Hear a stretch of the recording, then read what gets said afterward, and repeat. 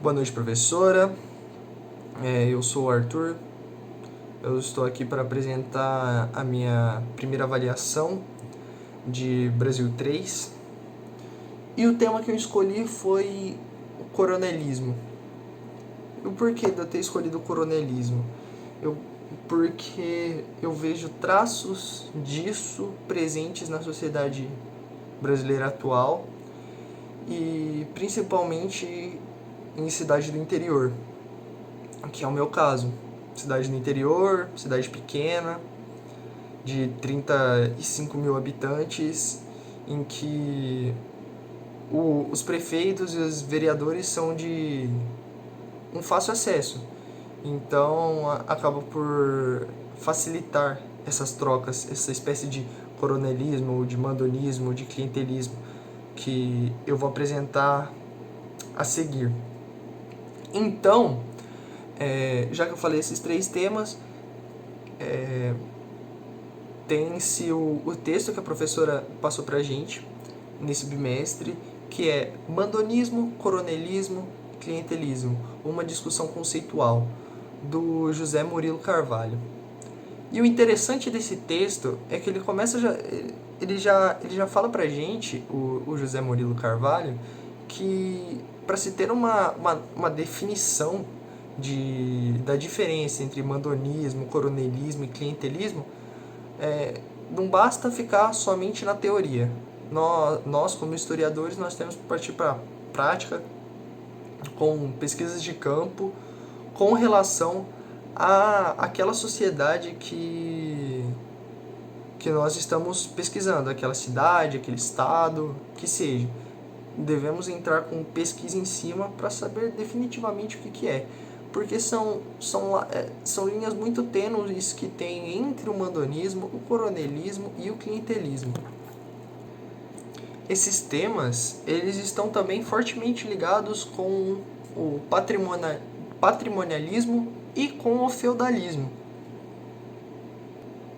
É interessante também apontar que a diferenciação entre todos esses termos não é uma dificuldade que vem somente do Brasil, mas que também vem do âmbito mundial, que são extremamente complexos, né? Sociedades diferentes, momentos diferentes que possam vir a ter interpretações diferentes de que modelo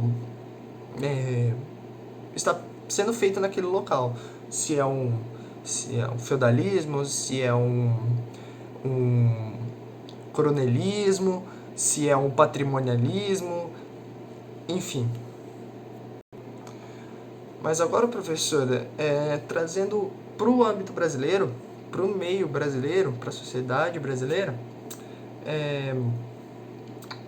para o nosso autor, o autor desse texto, esses conceitos eles não são só universais, eles não são somente universais.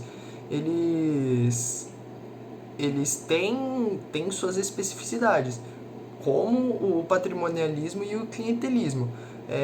Mas as noções deles são mais focadas, como o mandonismo e o coronelismo, que estão a partir por revisões e auxílios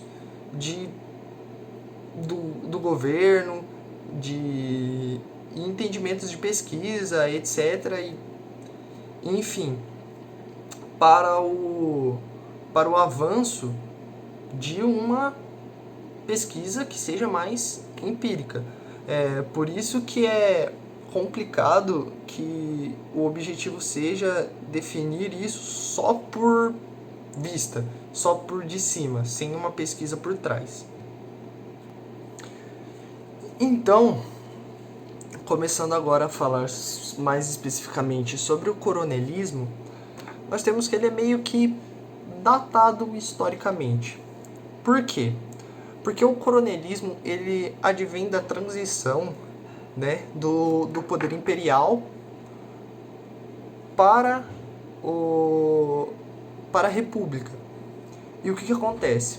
O poder imperial ele era centralizado no imperador. O imperador decidia, mandava e desmandava. E nos estados, quem era indicado nos estados era a mando do imperador. E, e os governadores dessa época, eles não tinham autoridade nenhuma. Praticamente, eles não tinham nenhuma autonomia sobre o que eu vou fazer ou não. Sendo que se eles descumprissem o que o imperador falasse, o imperador simplesmente iria destituir ele do cargo. Então, não tinha essa autonomia.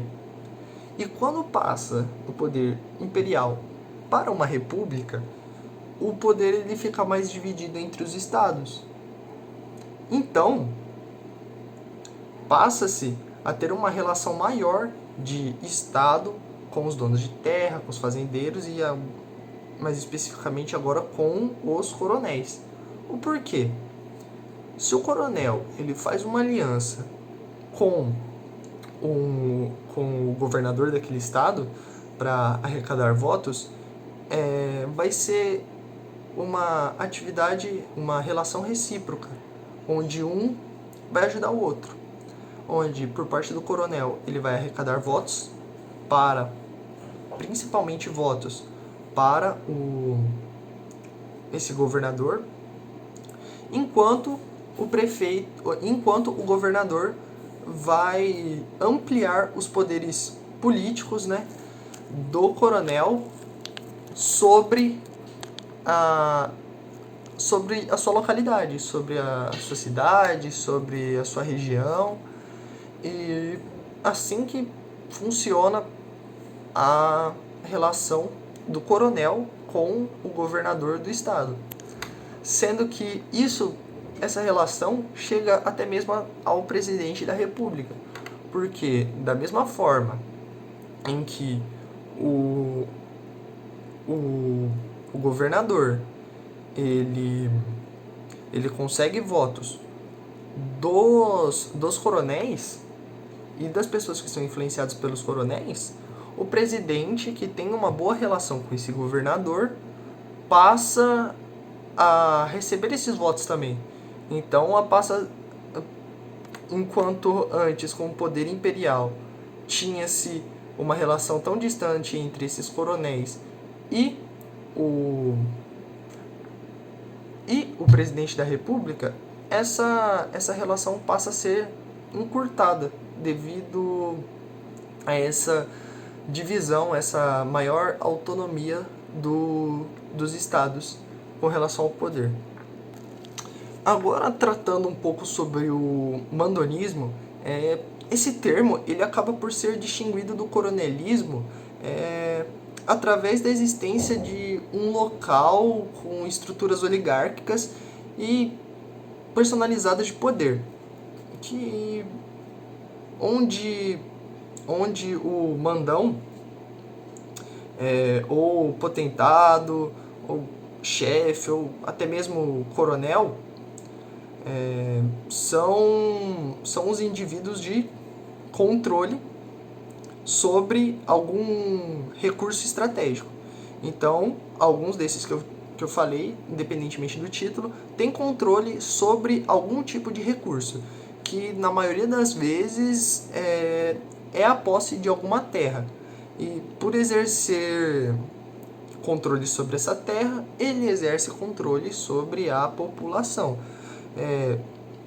E isso acaba por gerar uma dominância que é arbitrariamente pessoal, que impede os cidadãos, né, de serem livres e terem acesso à economia e à sociedade e até mesmo à política.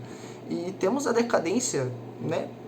Temos o mandonismo fadado à decadência conforme os direitos humanos vão se modernizando, vão se aprimorando, dando direito à liberdade de expressão de cada um, direito ao voto, independentemente de quem você votar, o voto sigiloso, que acaba por fadar ao fracasso o nosso querido mandonismo. Então, para fechar falando um pouquinho do clientelismo, é importante de que, mesmo que o coronelismo e o mandonismo, o patrimonialismo ou o feudalismo tenham traços do clientelismo, são coisas e conceitos diferentes. Que, trazendo agora, falando um pouquinho do clientelismo, ele é visto como uma espécie de mandonismo em um ponto de vista bilateral, que pode ter o seu conteúdo variado ao longo do tempo, sendo que essas variantes são definidas de acordo com o tempo e que estão vivendo sobre esses recursos, com relação a esses recursos, que são controladas pelos políticos, nesse caso pelo governo ou pelos mandões. Então, professor, esse foi o meu resuminho aqui sobre o tema de coronelismo.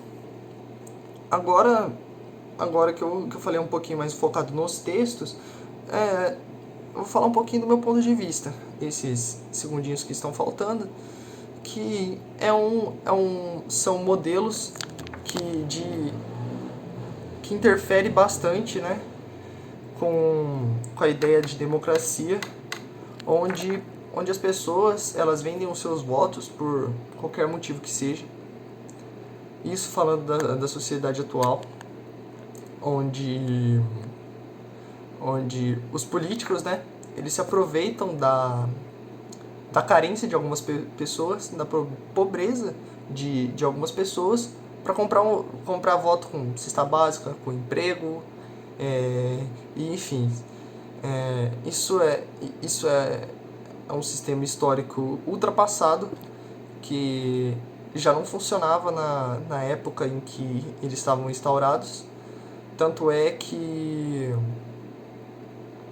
aonde isso se permaneceu, não se teve um avanço econômico na área.